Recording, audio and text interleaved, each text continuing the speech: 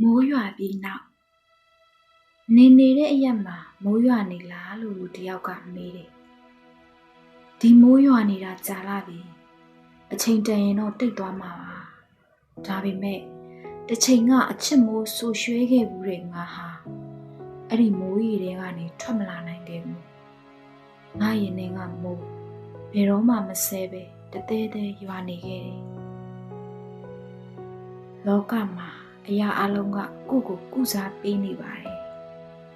ကိုကသာကိုယ့်ကိုအလွတ်မပေးခဲ့တာပါ။ကိုယ့်ကိုညှဉ်းပန်းနှိပ်စက်နေတာက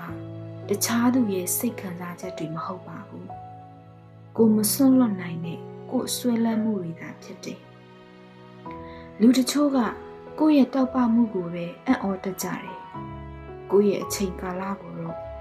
နူးညံ့နှွေးထွေးမပေးနိုင်ကြပါဘူး။တန်ရောစင်တိုင်းကအစရှိတိုင်းအဆုံးရှိတာမဟုတ်ဘူး။အထီးကျန်ခြင်းရဲ့အဆုံးသက်ကကြောက်ရွံ့ခြင်းမဟုတ်ပါဘူး။တန်ရောစင်ဆိုတာမထင်မှတ်တဲ့ရေစက်ပါ။လက်ဝဲပိုင်ဆိုင်ထားခြင်းကြံမိုးထားပြီးဆုံးရှုံးတဲ့အခါလက်လွတ်တတ်ဖို့လိုပါတယ်။မိုးတိတ်တတ်ပါတယ်။နေတာတတ်ပါတယ်။တစ်ချိန်လုံးအဆင်မပြေတာမျိုးဘယ်အရာမှမရှိပါဘူး။မိုးရီတဲ့နစ်နေခဲ့ရင်ကိုယ်တိုင်လုံခြုံတဲ့စိတ်ကန်းတစ်ခုဖြစ်အောင်ကြိုးစားပါ။မိုးရွာပြီးနောက်ကောင်းကင်ပိုလာလာမယ်ဆိုတာကိုယုံကြည်ပါ။နေ့ရက်တွေနှွေးထွေးလာမယ်။ကိုဟာအချစ်ခံထိုက်သူဆိုတာကိုလည်းယုံကြည်ထားပါ။လောကရဲ့အလားကလောကပေါ်မမူတည်ပါဘူး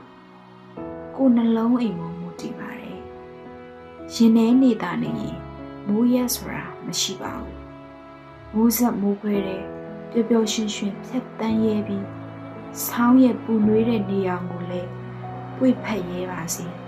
။မောင်မိုက်ချိန်မှာမီးတစ်ဆောင်ရှိပြီးမိုးရွာချိန်မှာထီးတလက်ရှိပါစေ။လမ်းခရီးကိုအဖော်ကောင်းနဲ့ရှေ့ဆက်နိုင်ပါစေ။ပျော်ရွှင်မှုတိုင်းကိုဟန်ဆောင်လုပ်ယူရတာမျိုးမဖြစ်ပါစေနဲ့လို့တောင်းဆိုပြုပါတယ်